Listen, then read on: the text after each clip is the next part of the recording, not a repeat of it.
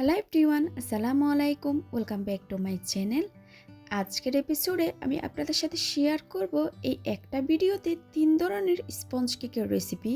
আলাদা আলাদা ভিডিও না দেখে এই একটা ভিডিওতে আপনারা 3 ধরনের স্পঞ্জ কেকের রেসিপি পেয়ে যাবেন। এখানে থাকছে vanilla sponge cake, chocolate sponge cake, আরও থাকবে অরেঞ্জ স্পঞ্জ কেক। পারফেক্টভাবে রেসিপিগুলো শেয়ার করা হয়েছে। চলুন তাহলে দেখে নেওয়া যাক।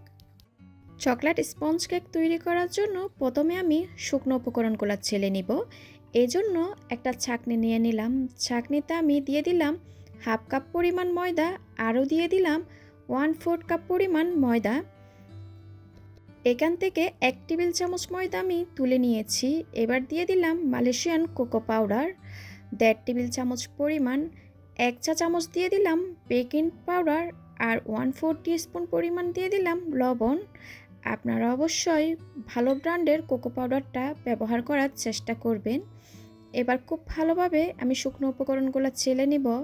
প্রত্যেকটা উপকরণ ছেলে নেওয়ার পর আমরা চেষ্টা করব খুব ভালো মতো মিশিয়ে নেওয়ার জন্য। এবার এক সাইডে ঢেকে আমি রেখে দিব শুকনো উপকরণটা। অন্য একটা বাটিতে আমি 3টা ডিমের সাদা অংশ আর কুসুমটাকে আলাদা করে নিয়েছি। এবার একটা ইলেকট্রিক বিটারের সাহায্যে 1 মিনিট মতো বিট করে নিব। যখন দেখবেন আপনার এরকম ফোমের মতো হয়ে আসবে, তখন দিয়ে দিব আস্ত দানা চিনি, যেটা আমরা রেগুলার চিনি খাই ওইটা। এখানে আমি হাফ কাপ পরিমাণ আরও 2 টেবিল চামচ আস্ত দানা চিনি নিয়েছি। এবার অল্প পরিমাণ চিনি দিয়ে আবারও ইলেকট্রিক বিটারের সাহায্যে 2 থেকে 3 মিনিট বিট করে নিব, বা চিনিটা সম্পূর্ণ গলে যাওয়া পর্যন্ত বিট করতে থাকবো। অনেকে জিজ্ঞেস করে থাকেন আমি কি ময়দা দিয়ে কেকটা তৈরি করি। আমি সবসময় তীর ব্র্যান্ডের প্যাকেটের ময়দাটা ব্যবহার করি। আপনারা অবশ্যই খোলা ময়দা ব্যবহার না করে প্যাকেটের ময়দাটা ব্যবহার করার চেষ্টা করবেন। আপনাদের সাথে কথা বলতে বলতে আমি আবারও চিনি দিয়ে দিলাম। আবারও বিট করে নিব 2 থেকে 3 মিনিট পর্যন্ত। আমি অবশ্যই আস্ত দানার চিনিটা 3 থেকে 4 বারে আমি মিক্স করি। এতে করে চিনির দানাটা খুব ভালোভাবে গলে যায়। যারা আমার চ্যানেলে নতুন এসেছেন প্লিজ সাবস্ক্রাইব করার জন্য অনুরোধ রইল। আমার চ্যানেলে অনেকগুলো কেকের রেসিপি আছে, আপনারা চাইলে ওইখান থেকেও দেখে নিতে পারেন। আমি আবারও চিনি দিয়ে দিলাম। বিটারের স্পিড শুরু থেকে শেষ পর্যন্ত একদম মিডিয়াম রাখতে হবে, কোনো ক্রমে স্পিড বাড়ানো যাবে না। আপনি যদি বিটারের স্পিডটা বাড়িয়ে বিট করতে থাকেন তাহলে ডিমের ফোমটা খুব দ্রুত হয়ে যাবে আর চিনিটা আস্ত থেকে যাবে। এতে করে যখন কেকটা বেক করবেন কেকের উপরে ভিজা ভাবটা চলে আসবে। আমি আবারও সম্পূর্ণ চিনিটা দিয়ে এবার বিট করে নিয়েছি 4 থেকে 5 মিনিট মতো। আবারও আমি 5 মিনিট মতো বিট করে নিয়েছি। ডিমের ফোমটা হয়ে এসেছে। এই পর্যায়ে আমি ডিমের কুসুম দিয়ে দিলাম 3টা। হাফ চা চামচ দিয়ে দিব ভ্যানিলা এসেন্স, আপনারা চাইলে চকলেট ইমালশন বা এসেন্স দিতে পারেন। আরও দিয়ে দিব রান্নার সয়াবিন তেল 2 টেবিল চামচ, আপনারা চাইলে গলানো বাটার দিতে পারেন 2 টেবিল চামচ। অনেকে আছেন স্পঞ্জ কেকে তেল বা বাটার ইউজ করেন না। তেল ব্যবহার না করলে কেকটা খেতে কিন্তু অত একটা ভালো হয় না। কেকটা খেতে কিন্তু ড্রাই লাগে, এজন্য তেলটা অবশ্যই ব্যবহার করার চেষ্টা করবেন। আবারও 10 থেকে 15 সেকেন্ডের জন্য খুব ভালোভাবে বিট করে নিয়েছি। এবার আমি আগে থেকে যে শুকনো উপকরণগুলো চেলে রেখেছিলাম ওইটা অল্প পরিমাণ দিয়ে একটা হ্যান্ড হুইক্সের সাহায্যে মিশিয়ে নিচ্ছি। আপনারা এই পর্যায়ে অবশ্যই তাড়াহুড়া করতে যাবেন না, খুব আলতো হাতে ফোল্ড করে করে শুকনো উপকরণগুলো মিশাতে হবে। তাড়াহুড়া করে মিশাতে গেলে ডিমের ফোমটা বসে যাবে, তখন কেকের বেসটা ভালো হবে না।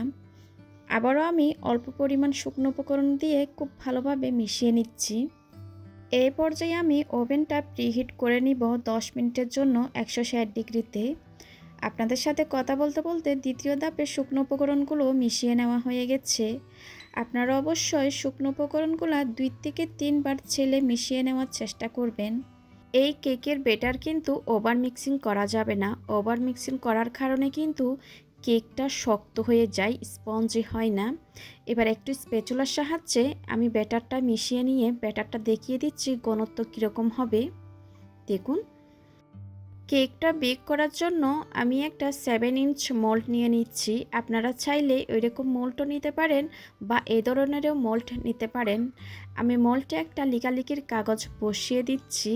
অনেকে বলে থাকেন তেল ব্রাশ করার জন্য, আমি বলবো তেল ব্রাশ না করে এরকম একটা লিকালিকির কাগজ দেওয়ার জন্য। এখন সম্পূর্ণ ব্যাটারটা এই মোল্ডে ঢেলে নিব। ঢেলে নেওয়ার পর একটু ট্যাপ করে আমি ওভেনে বেক করে নিব 25 থেকে 30 মিনিটের জন্য। এক এক ওভেনের এক এক তাপমাত্রা, ওইটা বুঝে আপনারা দিবেন। আমি একটু হাত দিয়ে চেক করে আপনাদেরকে দেখাচ্ছি। কেকটা দেখুন, উপরে কিন্তু কোনো ভেজা ভাব নাই। আপনারা দেখে বুঝতে পারছেন কেকটা কিন্তু অনেক বেশি সফট হয়েছে আর একটুও চুপসে যায় নাই। আপনারা যদি আমার রেসিপিটা হুবহু ফলো করেন, আপনাদের কেকও অনেক বেশি সফট হবে আর স্পঞ্জি হবে।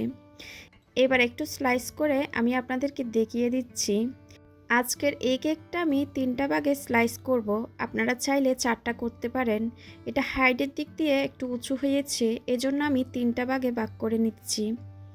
চকলেট স্পঞ্জ কেকটি স্লাইস করা হয়ে গেছে, দেখে বুঝতে পারছেন কতটা স্পঞ্জি হয়েছে। এবার আমি তৈরি করে নিব অরেঞ্জ স্পঞ্জ কেকটি। চলুন তাহলে রেসিপিটি দেখে নেওয়া যাক। প্রথমে একটা পাত্রে রুমের স্বাভাবিক তাপমাত্রায় 4টা ডিমের সাদা অংশ নিয়ে নিয়েছি। ডিমটা ফ্রিজে থাকলে 1 থেকে 2 ঘন্টা আগে ফ্রিজ থেকে বের করে রাখবেন। এবার এই সাদা অংশের মধ্যে হাফ টেবিল চামচ ভিনেগার দিয়ে দিচ্ছি। আপনারা চাইলে ভিনেগারের পরিবর্তে লেবুর রস দিতে পারেন। এবার 1 মিনিট পর্যন্ত বিট করে নিব। এখন এর মধ্যে দিয়ে দিচ্ছি 2/3 কাপ চিনি। বিটারের সাহায্যে মিডিয়াম স্পিডে 2 থেকে 3 মিনিট বিট করে নিব। 1/3 কাপ দিয়ে 2বার দিলে 2/3 কাপ হয়ে যায়। আর চিনিটা আমি একবার দিব না, 3 থেকে 4 বার করে মিশাতে থাকবো। এভাবে মিডিয়াম স্পিডে বিট করতে থাকবো। আপনারা অনেকে বলে থাকেন ডিমের ফোমটা তাড়াতাড়ি হয়ে যায় আর চিনির দানাটা গলে যায় না। আপনারা যদি এভাবে চিনির দানাটা 4 থেকে 5 বার করে মিশাতে থাকেন আর মিডিয়াম স্পিডে বিট করেন, তাইলে আপনাদের চিনির দানাটাও একদম গলে যাবে। আমি মিডিয়াম স্পিডে 3 থেকে 4 মিনিট মতো বিট করে নিয়েছি। এরপর হাই স্পিডে 3 থেকে 4 মিনিট মতো বিট করে নিয়েছি। যখন এরকম সাদা আর ফোমের মতো হয়ে আসবে, তখন বিটারের কাঁটা অফ করে দিব। আমি এখানে রান্নার সয়াবিন তেল দিয়ে দিচ্ছি 3 টেবিল চামচ পরিমাণ। ডিমের কুসুম চাটও দিয়ে দিয়েছি। 2 চা চামচ পরিমাণ ইমালশন দিয়ে দিচ্ছি। আর এখানে আমি অরেঞ্জ ইমালশনটা দিচ্ছি। আপনারা আপনাদের পছন্দ অনুযায়ী যে কোনো ইমালশন বা এসেন্স দিতে পারেন। কয়েক ফোঁটা ফুড কালার দিয়ে দিলাম। আপনারা চাইলে ফুড কালারটা স্কিপ করতে পারেন। বিটারের সাহায্যে লো স্পিডে বিট করব আর সব কিছুকে একত্রে ভালোভাবে মিশিয়ে নিচ্ছি। মিশিয়ে নেওয়া হয়ে গেছে, বিটারটা সরিয়ে নিচ্ছি। এখন এর মধ্যে সব শুকনো উপকরণগুলো দিয়ে দিব। এই জন্য একটা চাকনি নিয়ে নিয়েছি। এর মধ্যে নিয়ে নিচ্ছি 3/4 কাপ পরিমাণ ময়দা।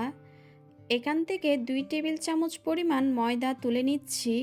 এবার এর মধ্যে দিয়ে দিচ্ছি 2 টেবিল চামচ পরিমাণ কর্নফ্লাওয়ার, 2 চা চামচ পরিমাণ বেকিং পাউডার আর 1/4 টিস্পুন পরিমাণ লবণ দিয়ে দিচ্ছি।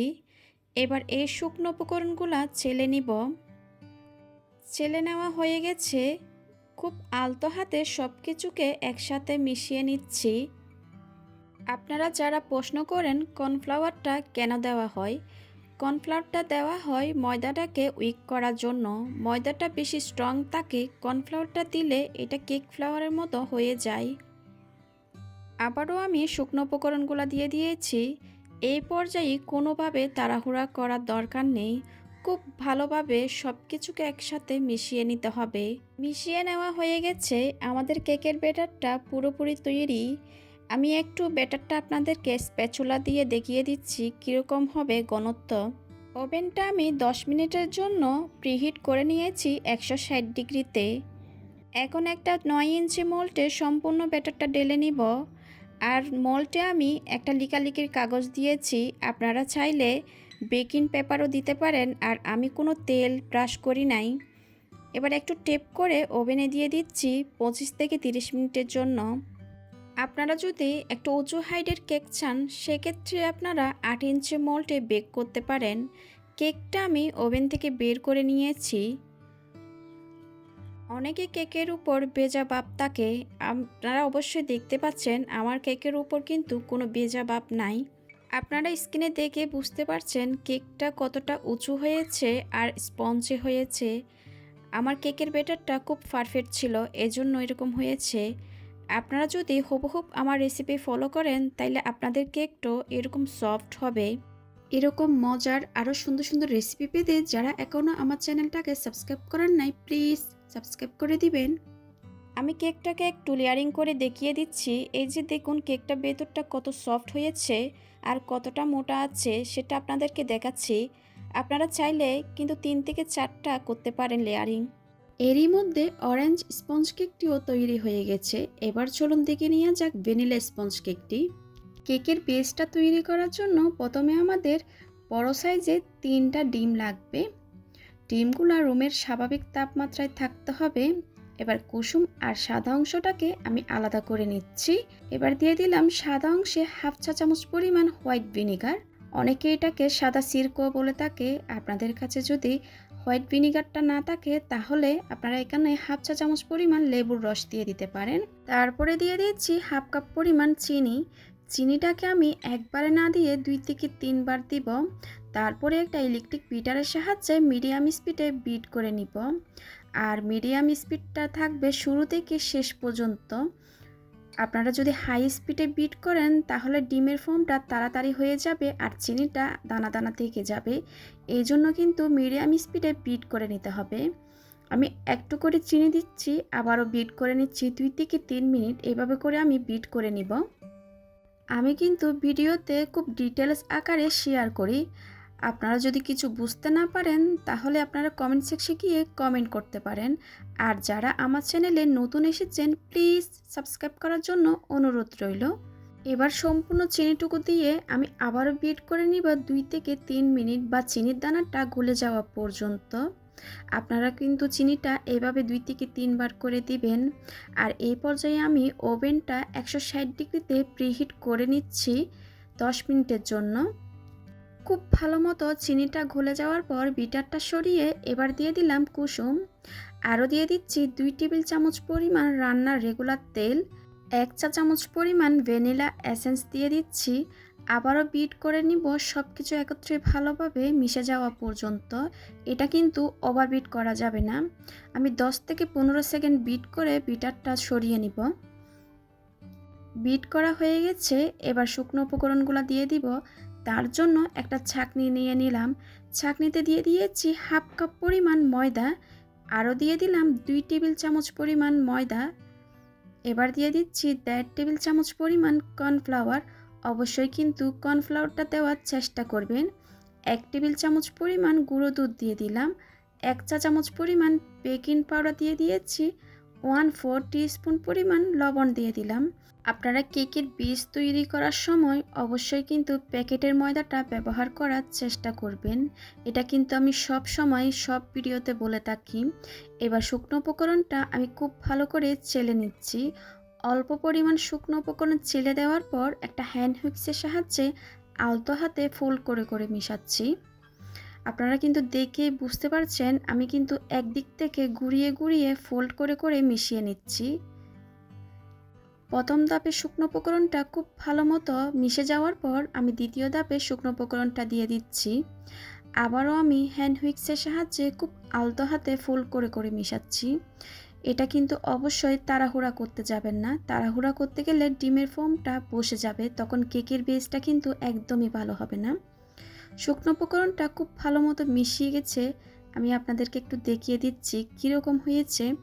একটা স্প্যাচুলার সাহায্যে আমি আরেকটু মিশিয়ে নিচ্ছি, কোনো লাম্পস বা গুটি গুটি দানা আছে কি না দেখে নিচ্ছি। ব্যাটারের ঘনত্ব কিন্তু এরকম হবে। এবার একটা 7 ইঞ্চ মোল্ডে সম্পূর্ণ ব্যাটারটা ঢেলে নিয়েছি। আমি একটু ট্যাপ করে ওভেনে দিয়ে দিব 25 থেকে 30 মিনিটের জন্য। আপনারা চাইলে এভাবে চুলায়ও বেক করে নিতে পারেন। আমার চ্যানেলে কিন্তু অনেকগুলো কেকের রেসিপি আছে চুলায় কিভাবে কেক তৈরি করবেন, চাইলে সেখান থেকেও দেখে নিতে পারেন। কেকটা হয়ে গেছে, আমি ওভেন থেকে বের করে আপনাদেরকে দেখিয়ে দিচ্ছি কীরকম হয়েছে। কেকটা এখনও গরম আছে, ঠান্ডা হয়ে যাওয়ার পর আমি 2টা ভাগে স্লাইস করে নিয়েছি। আপনারা চাইলে 3টা করতে পারেন।